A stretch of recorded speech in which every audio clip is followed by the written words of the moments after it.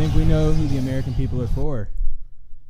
I like Donald Trump walking into it as that American badass with Kid Rock, Tucker Carlson, and Donald Trump Jr. That's a fun walk-in right there. Dana White, man, he knows how to have a UFC event. He has the right people. Why isn't Joe Biden showing up to a UFC fight? He get booed.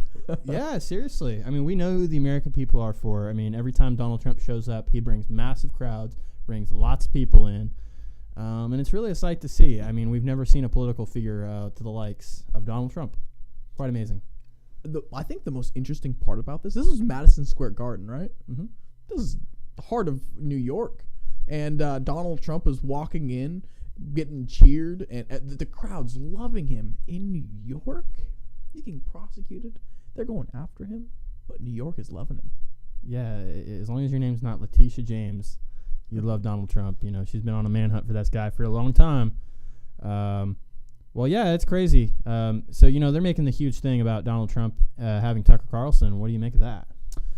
It's interesting that they're hanging out a little bit more together. I think we talked about this a couple days ago about what Tucker's role should be. Who knows? Maybe Tucker's role is as vice president. That could be a really interesting development. Imagine as America's mouthpiece being Donald Trump and Tucker Carlson. I think American people get behind that. Like, I think Donald Trump is able to see that a little bit clearer. Because, yes, Tucker Carlson would be great if he started his own media empire. But at the same time, vice president and maybe 4 more years after, because Ron DeSantis, he's done. I don't see him in 2028. Tucker Carlson, I'd vote for him in 2028. Yeah, I think Tucker makes a great pundit, and most people don't want to be have him taken away from that role of articulating, doing as good of a job he does as articulating information. But does Tucker want to be a VP? That's the real question. Probably the biggest He just question. doesn't seem like the type that would want to be VP, based off of how simple he is. I mean, he lives in like no man's land. He lives like out in the middle of nowhere, apparently. But who knows? Who knows what Tucker Carlson wants to do? It is getting close. Maybe he's trying to ask him, because I know it's about that time where Donald Trump should be announcing, hopefully in the next couple months, who his VP is going to be. And to think of it, who else could be his VP? I'm not really sure, but we're going to get into it today. So, you know, we got that Tucker Carlson making big waves with Donald Trump at a UFC event. We know who America supports, but the real question is Tucker the viable candidate, and who else would be a good candidate in that sense? We also got we got an op-ed. Actually, this is breaking. Wasn't even in our title, but Markwayne Mullin wants to throw some hands in Congress. I think this is great, so we're going to get into that today. We also have an op-ed. Says we should take Gaza refugees. There's 1 million of them getting put out. Let's take them all. I love it. And then also we'll touch on the journalists. Are they being embedded into Hamas? We've got reports coming out there. Is it part of a larger intelligence operation to, you know, keep an agenda going? Most likely. We've seen it before. And then we'll discuss the impeachment of Alejandro Mayorkas. Doing a great job at the southern border, man. You know, you're just a champion American. You are Mr. Alejandro Mayorkas. I hope you could tell the sarcasm. But we're going to get into the show today. Glad you're here. Like, subscribe, and let's go.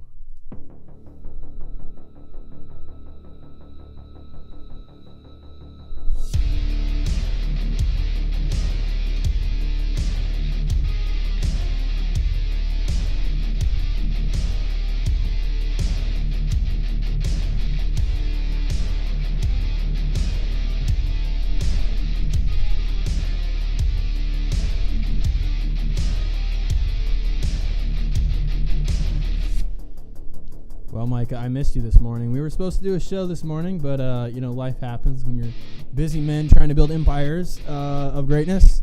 It becomes hard. I heard you were out there fighting for anti-Semitism. Is this correct? More or less, you know. Sometimes my duty calls, and they need me.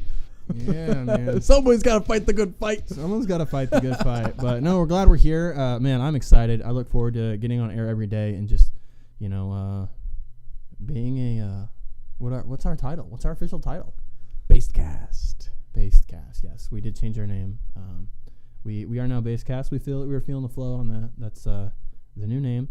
But yeah, it's just exciting to be here and discuss all the news, and really just have the honor to create a transmission that's going to challenge the liberal economic order, and one that will hopefully, create culture, because it's all about culture. Politics is downstream from culture, and we want to create strong culture.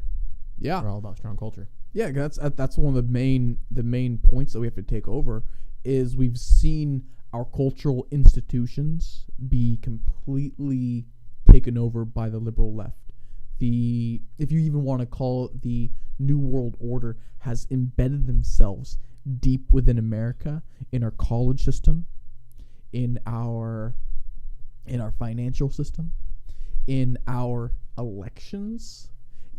There's so many different ways that we have been taken over as a country, and so culturally we need to wake up against it. We need to actually push back against the neo-Marxism. We need to push back against the anti-godly, anti-Christian, woke left. We need to take America back. We need to restore American democracy. We need to restore America's republic. And that's our main mission, is we have to bring America back. We're not looking for another country. Where do we go if America falls? Canada? No. They're worse off than we are. Europe has fallen. We have basically seen every other Western country completely fall to shambles. And so that's why it's so important, because America is the last bastion of freedom. America is the last country that holds the ideals that the world needs. You're 100% right. I heard a statistic today. I don't know if this is true, but it maybe could be exaggerated, but 80% of our money in the current money supply was made within the last 3 years. If that doesn't make you see that we have impending doom, I don't know what does. Just the economic constraint that we are in, and that's like the biggest thing. Is I think everyone can be touched by is how bad the economy is. It's not about your identity politics anymore. It's not left or right. It is all about basically creating a cohesive society that is going to be able to have a sustainable sustainable economy. So, but that's why we're here. We're here to win the culture war, and we're glad you're here. So, man, let's get into it, dude. Mark Wayne Mullen, he's a dude, man. He's a total dude. So he's wanted to fight on the Congress floor. So let's go ahead and take a look at this clip. Fraud. Always has been, always will be. Quit the tough guy act in these Senate hearings. You know where to find me. Any place, anytime, cowboy. Sir, this is a time, this is a place. If you want to run your mouth, we can be two consenting adults. We can finish it here. Okay, that's fine. Perfect. You want to do it now? I'd love to do it right now. Well, stand your butt up then. You stand your butt up. Oh, hold on. Big Oh, guy. oh, stop it. Is that your All right. solution every Hold problem? it. No, sit down. Sit down. Okay. You're a United States Senator. Sit down. Active. Oh, okay. Sit down, please. All right. Can I respond, Mr. Hold Chairman? Hold it. If Hold we on. can't, no, This is I have the what he mic. said. I'm sorry. yeah. This is Hold what it. he said. You'll have your time. Okay. Can I respond? Oh, no, you can't. This is a hearing. And God knows the American people have enough contempt for Congress. Let's not I don't make like it worse. thugs and You- bullies. Bernie talk. you have- Oh. And that's you what- have I don't the like mic. you because you Hold just it. described yourself. Hold it. You have the mic. Yeah. You have time. Oh, well, there it is. Sikkim 365 and Bernie Sanders. I'm once again here to ask for your financial support. I mean, we got to make fun of Bernie Sanders while we can. But, there it is, Mark Wayne Mullen. Not really sure. It just got this sent to me, but that's pretty great. Mark Wayne Mullen going off, wanting to fight, throwing down some What do you think hands. about that? Do you think that is distinguishing for the Senate to have a fight in it? Do you think that? What do you think about his actions? Do you think that they should have stopped him, or do you think that just let them brawl it out on the Senate floor? I say let him brawl it out. I was in favor for a really long time that Joe Biden and not Joe Biden, Vladimir Zelensky and Vladimir Putin should just lay it out in a boxing ring. Let's stop using your pawns and using your money to have your pawns do the bidding for you. Get in the boxing ring and show them how big your dick is. I like it. Exactly. I think there's something to be said about that. Kings used to lead their armies into battle. Now we have our ruling class sitting behind desks and pushing buttons, sending missiles overseas, and sending American troops to go fight in foreign wars. That is a huge problem that needs to be fixed, and I actually am in support of men hashing it out. I'm not sure if it's appropriate on the Senate floor, but the guy did give him a call out saying like, hey, high noon type stuff. And so I actually do enjoy the fact that he called him out and said, hey, I heard that you were speaking about me. Let's And, you know, it's got to be stopped. I mean, we're talking to the tune of 10 million people have crossed the border since Joe Biden's presidency. And it's a pretty large number. I don't know about you guys, but 10 million, it's a lot of people. Quite a few people. It is way too many people. And that's one of the biggest problems is the American people are not for that. This is a bipartisan issue. America does not want and it also does not need a 10 million influx because right now our economy can't handle it. Massive inflation, huge amount of debt. Our debt to GDP ratio is skyrocketing. America cannot afford this massive influx of new people that our social welfare systems have to take in. We covered it a couple weeks ago, or like maybe even a month ago, that New York is, spending $400 a day per illegal immigrant. That's all our taxpayer money. That's deficit spending. That's America in debt.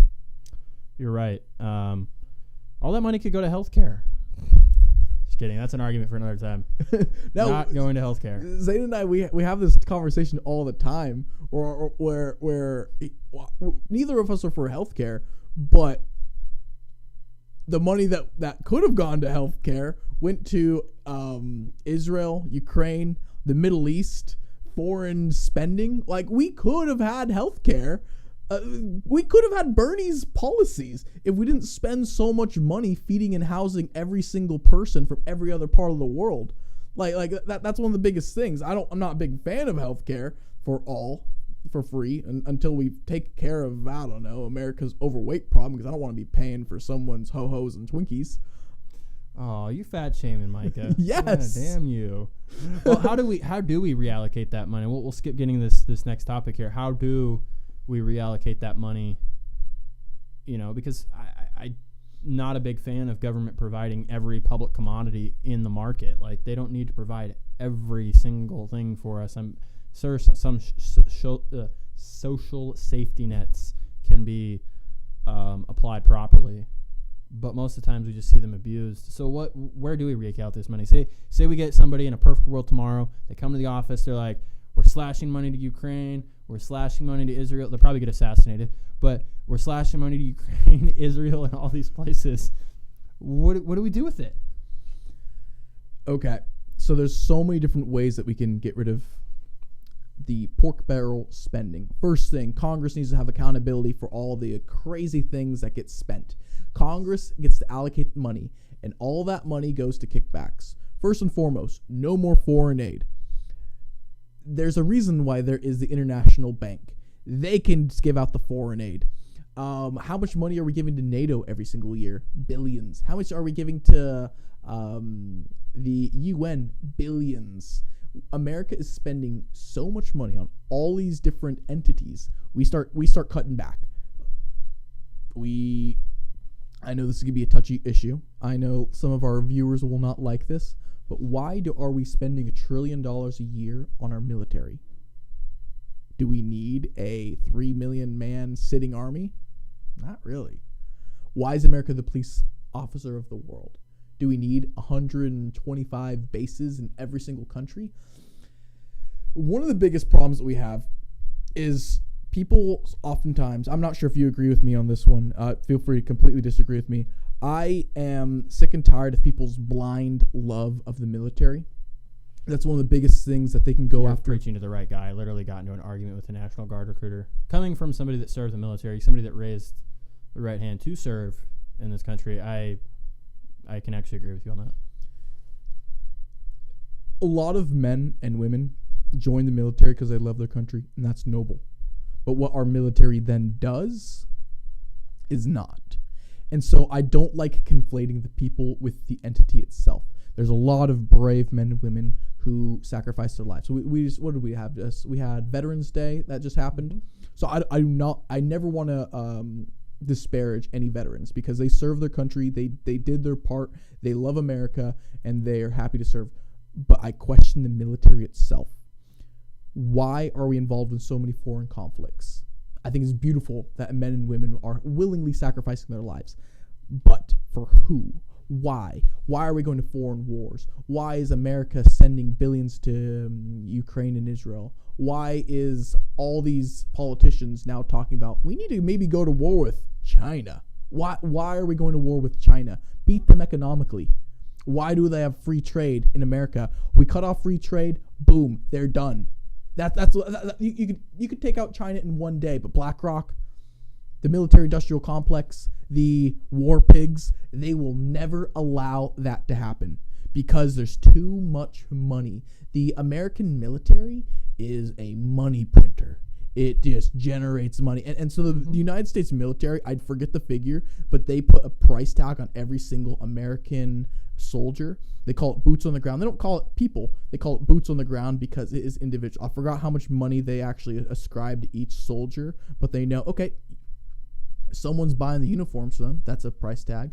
They're doing the training. That's a price tag. They're doing going down the whole list of, okay, they need rifles. They need to be able to operate heavy machinery such as airplanes, tanks. They need to be able to have all this different type of training.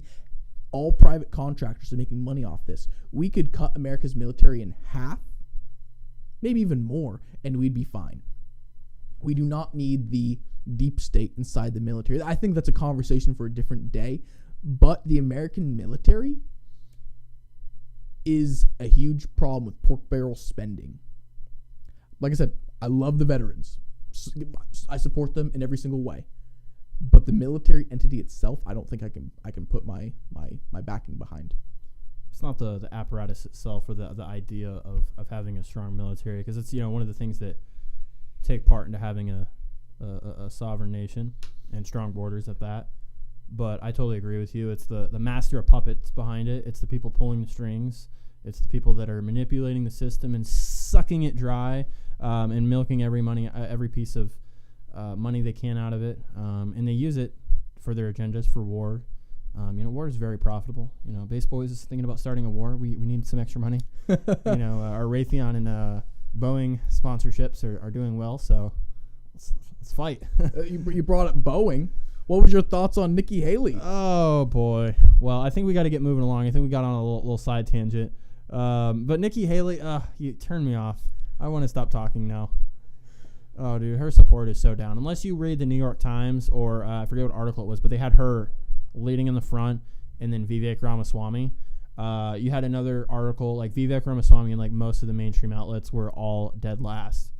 So we know they don't like him because he speaks out against the corporate narrative. So.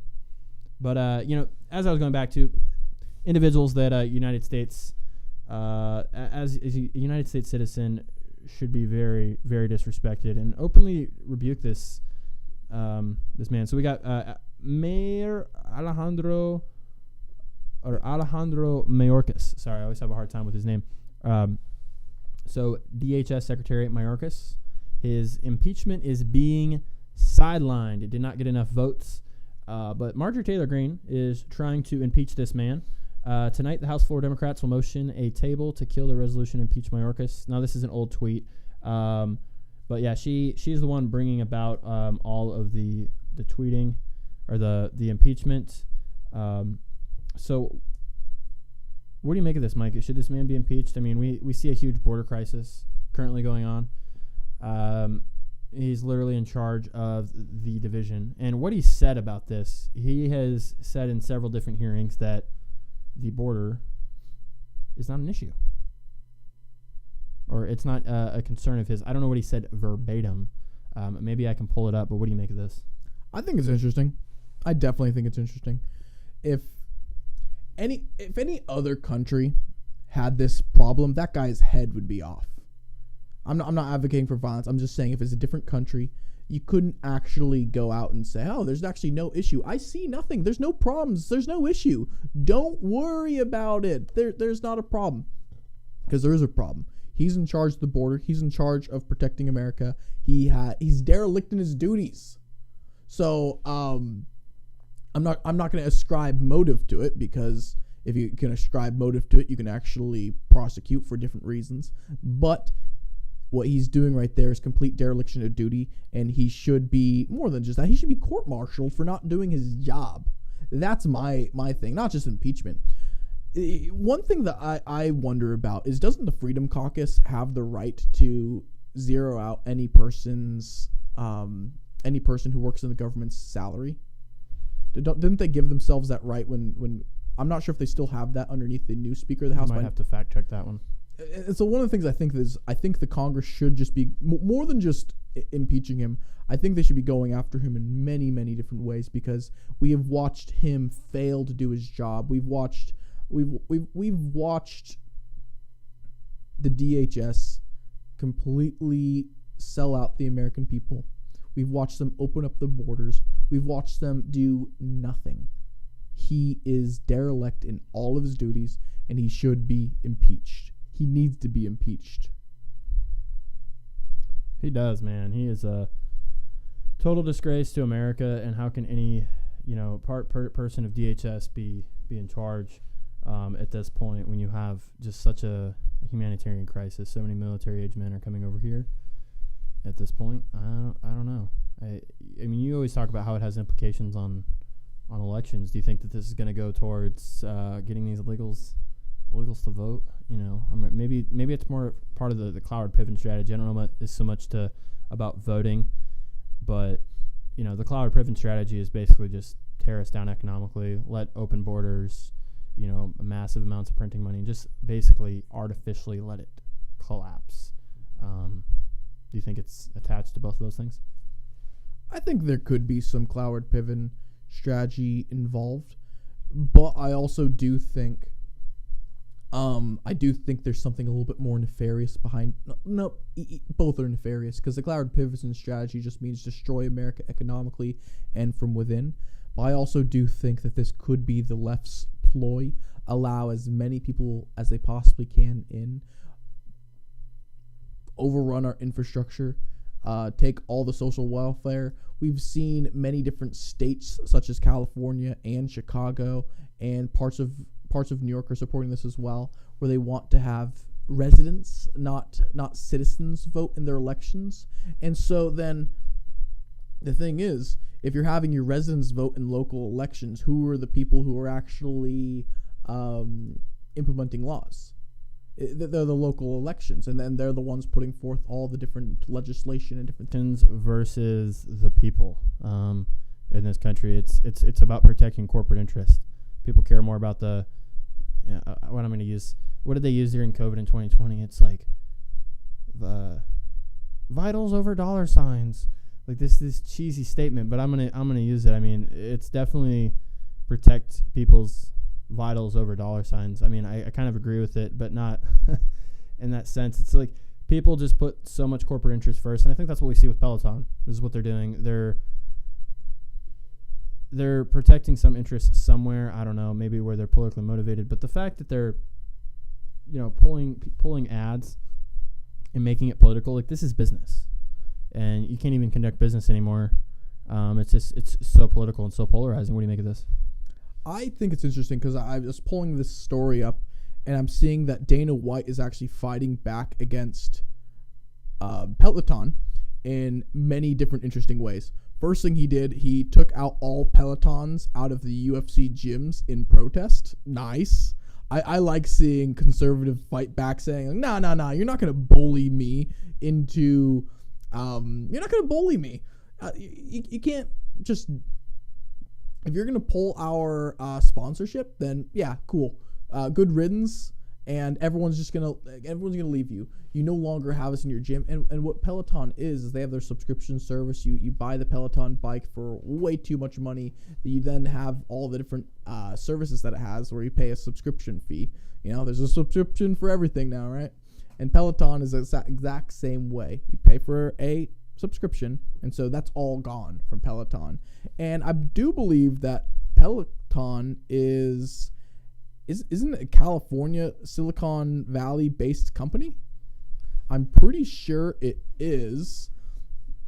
So the thing he was having an issue with, to give some context, he was having an issue with the RFK went on his podcast, and the sponsor was trying to pull the ad. So here it is. White slammed the company Peloton for having an issue with independent presidential candidate Robert F. Kennedy Jr. Vaughn told White on Tuesday about how companies called his staff after he interviewed Kennedy, saying they refuse to run their ads on that episode of the podcast.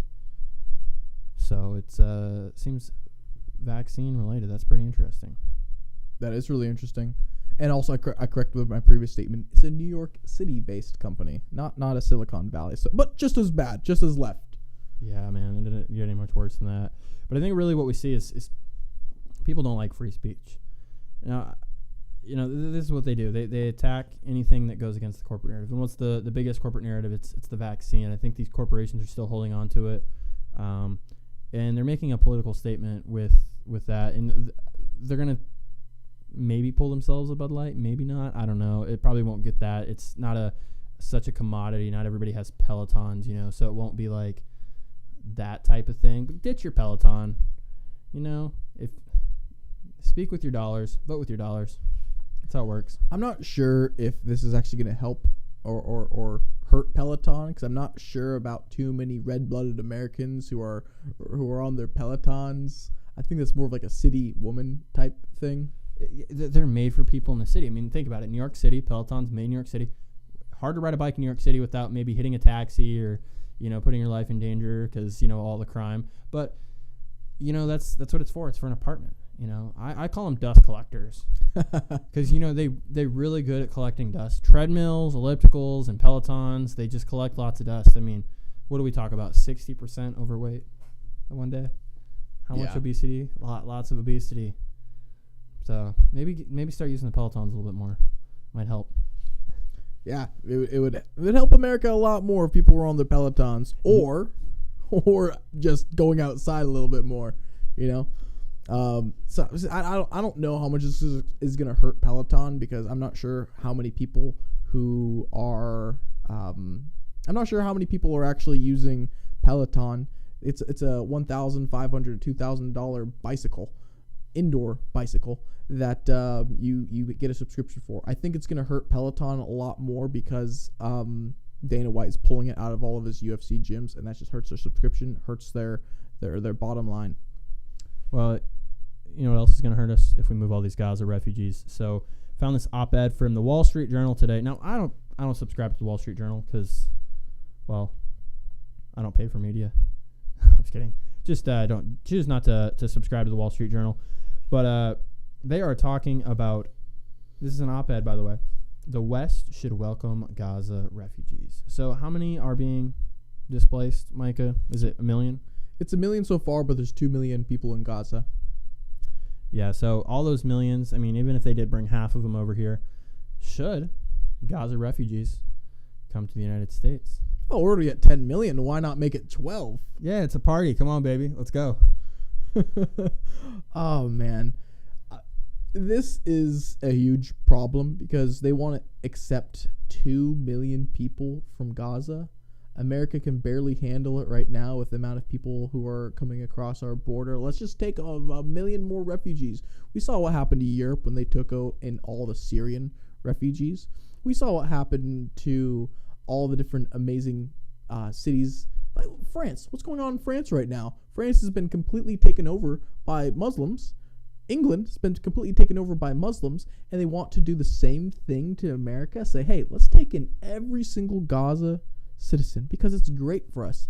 And it's annoying because the liberal left are advocating for things that overall just hurt them or hurt America.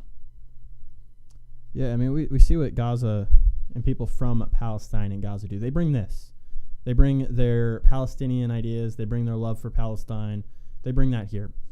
You can love your country, respect your country, but when you bring your shitty ideas over here and you hate America and you come over here and bring your holy war over here, this is what we don't want. Because I can understand your hatred for Israel. If I was a Palestinian or as an American, I don't wear your shoes, but I understand where you might come from. I understand why you might not like Israel. We get that. But it's the fact that they bring it over here and they don't really support the American ideology. Because it's like, why did you come to the United States? You came to the United States because we're free. We're a prosperous nation. That's what we should be.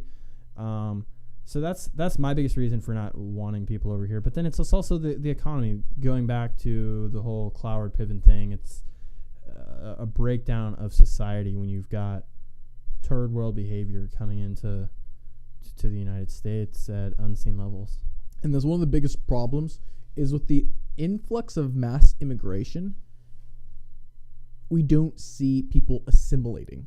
Like I said before, I live in a part of Oklahoma called Little Mexico. It's not assimilated. No one speaks English. What county is that?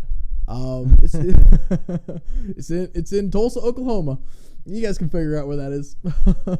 But that's one of the biggest problems is if you take in 1 million plus Gaza refugees, you cannot assimilate that many people. 10 million people have come across our border. How are we going to assimilate all those people into the American culture? It's not. What's going to happen is it's going to change American culture. It's going to change the American ideals. Because America, we stand for free speech. Do you think that the radical Islamists support free speech and Western ideals? Not at all. Not at all. They don't stand for anything that America believes. So why should we be allowing millions of people who hold counter-American beliefs to come across our borders and to live and not assimilate?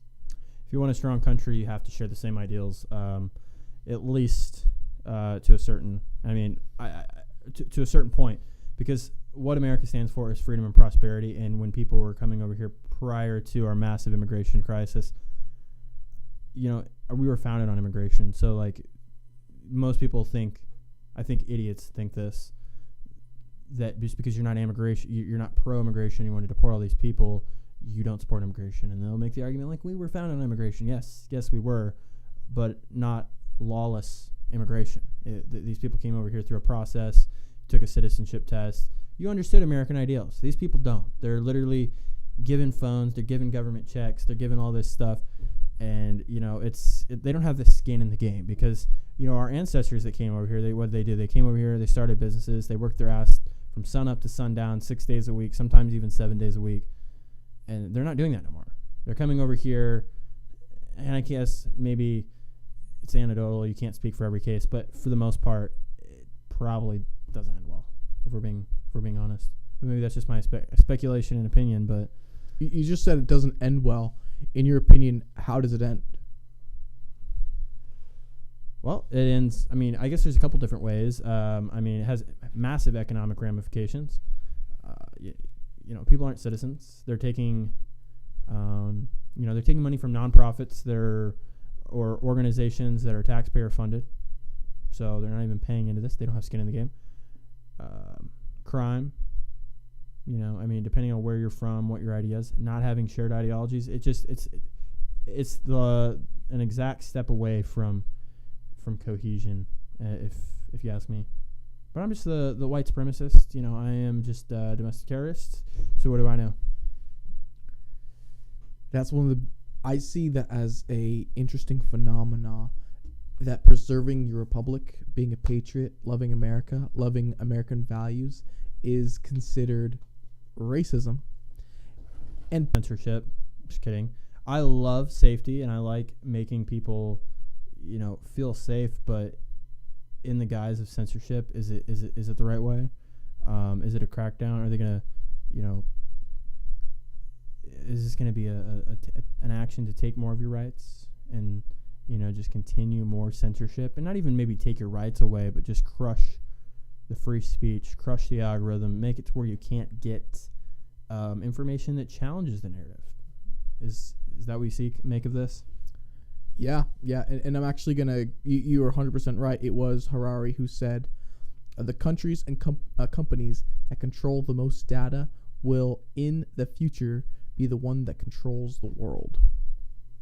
Ooh, Exactly. You control the data, you control the world, and that's what it's all about. I mean, in that single statement right there, it shows they just want your data. I honestly, this idea of the government is here to help and to save you. I mean, we quote the great Ronald Reagan all the time on that, but people look to the government as like an entity to keep them safe. Should we be doing that? Should the government be responsible for, 18-year-old crazy maniac on social media that writes crazy things and goes shoots up a school? I mean, honestly, we need to put more responsibility on the family in this, because the family is the underlying issue, and I think majority of our problems, people aren't in a part of community, so that's where it is. And they never address these issues. It's always more censorship, more control. They don't speak to the very personal issues, and that's the problem with these politicians. They're out of touch.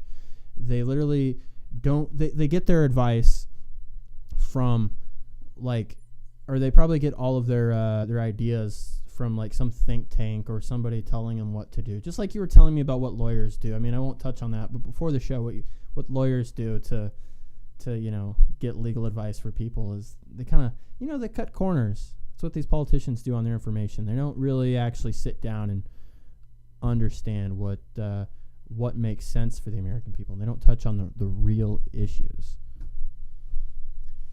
Yeah, I do see a lot of ways that our politicians outsource their responsibilities to lobbies. And there's a reason why lobbies would want all the data. Let's go back to that quote from Harari, where he says, whoever controls the data will control the future. Why do you think that they say, hey, let's control all your data? We need to see all that. We need all that data plugged into us. There's a reason for that. All of this type of what she said about we need to control people, we need to see everything that they're saying. There's a reason for that, because throw them on a list, throw them on a watch them and keep an eye on what they're doing unconstitutionally through all of their different methods. If they can control all the ways that people speak, all the different ways that people interact, all the ways that people buy and sell. We've seen how it was American Express and Visa were going to be giving all the information of people who were buying guns and ammo to the government. How they were going to willingly give it to them. Who do you think actually put that up to them? That is something from the lobbies that want more control. They want data. They want what people are buying, and they want what people are selling to be seen. We need to control our own data, and we need the government to stay the hell out of our own business, because all that leads to is more problems. The government doesn't solve problems. They create problems, and then they give themselves raises for that. In the same way, there's a lot of strange implications that you can look into, because I'm not going to say too much about the Buffalo shooting, because I think this was in response to the Buffalo shooting and live stream.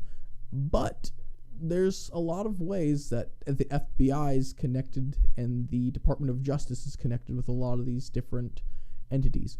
Do you know who needs the data? The American people need the data on what the government's doing. The government does not need our data.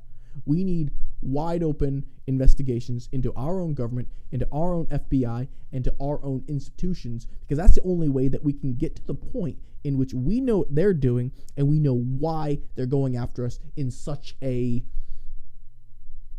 powerful way. Yeah, and that wasn't even today, or that wasn't even in response to the mass shooting. So this was actually an article from 2022, and this was in response to the Buffalo shooting. So it's hard. There's so many shootings. That was almost a year. That was a year and a half ago. But so we're just seeing more censorship, more control, and really it's all about controlling data. I think that's what they want to do. So this is one of my favorite things. We've got the government that doesn't care about us. They're destroying. As you laugh, they are destroying. The government is destroying us. They don't care about us. And neither does the public school systems. It comes from government. It comes from big collective funding. This one is pretty wild. Maybe this is a thing. I really don't know. I'd love if you could pull up their school website and see what they have about this. Satan Club. Gotta love it. Could you click to make that picture a little bit bigger? Oh yeah, definitely. Let's go here for the viewers. So we got Satan Club. Now here's the funny thing. Why do they all look the same? Like, why do you like radical left ideology? I'm not judging. I'm sure you could say the same thing about us, but like some right-wing MAGA supporting person. Yeah, sure, we've got a look. Like, we love guns. We love American flags. And we all got great jawlines. Yes. Very strong jawlines. Very, very strong jawlines. But the masks, the goofy haircuts, it's just like an exclusive clique. Is it sustainable? Sorry, I get sidetracked. I get distracted easily. But let's take a look at what does that flag say? The Satanic Temple After School Satan Club. Educate with Satan. You know, I think it's very clear that we need God back in schools. Because what is worshiping Satan? You know, it's all about self. It's all about self. Wait, that can't be real. Is that real? Mm-hmm. Hey, kids. Let's have fun at After School Satan Club. No, dude, 100% real. We should actually email them live on air. Probably not going to get a response, but it'd be better if they had a phone number. Usually easier to talk to somebody. We would call them live on air. I wouldn't be opposed to it. The Satanic Temple is a non-theistic religion that views Satan as literally a figure who represents a metaphorical construct of rejecting tyranny and championing the human mind and spirit. Okay, let's dissect that first statement right there. We're going to use Satan to reject tyranny. Yes. The Prince of Darkness, he cares about your freedom and your I'm sorry, dude. I gotta make sure we're real quick. Hang on. Am I real? Okay, it's still real. Holy crap.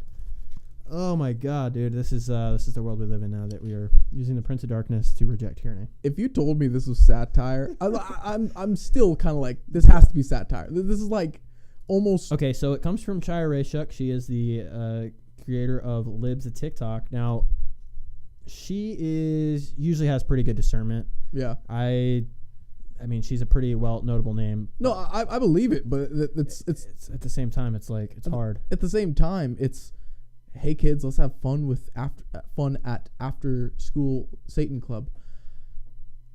Non-theistic religion, so they view Satan as a literary figure who is they're having a club about a literary figure who represents basically freedom and championing the human mind and spirit. I think this is just more example of the inversion of the world, getting the people to believe a lie. And you have basically these soy drinking, microplastic infused people who are falling for this. Like, we saw the pictures of all these people who were there at that event. They all were 150 pounds overweight, green and red and blue hair, all just... Hey, now, she's got a slim figure on her. I don't know. That's not that slim.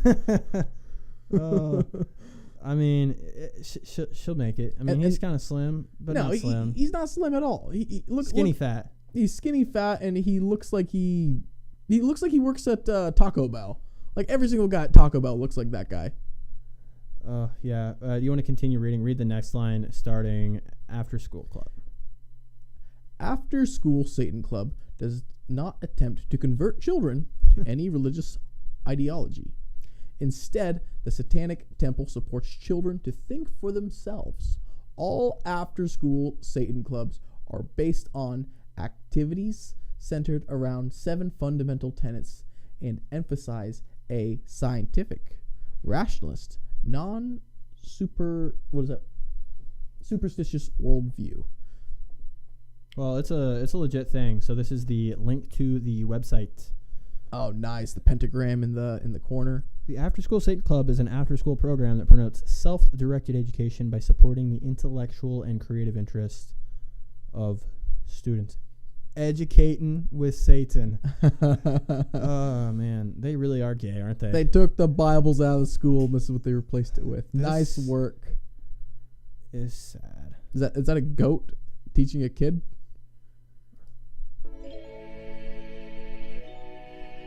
Satan's not an evil guy. He wants you to learn and question why. He wants you to have fun and be yourself. And by the way, there is no hell. Science is important, so we understand the world. Satan looks for truth. This is being taught in school, kids. After school, anyways. And they wonder why homeschool's on the rise. And just wait till they get funding to teach this in school. Oh, man. During school. Okay, so we're done with that. But this is the After School Satan Club. Here's the thing: is like these people reject God, and they reject because God can't exist without Satan. Correct? Like that's like I think the other way around. Other way around. Satan can't exist without God. There we go. Sorry. It's late. It's a late evening. Used to a morning show.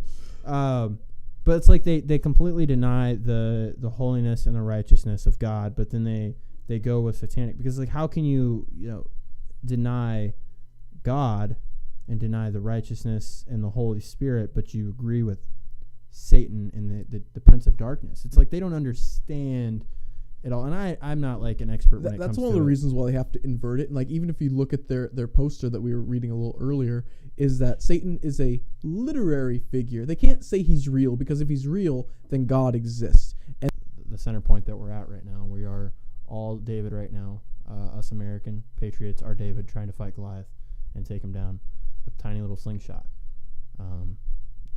It's a big giant, but I think it can be done on a good, optimistic day. So yeah.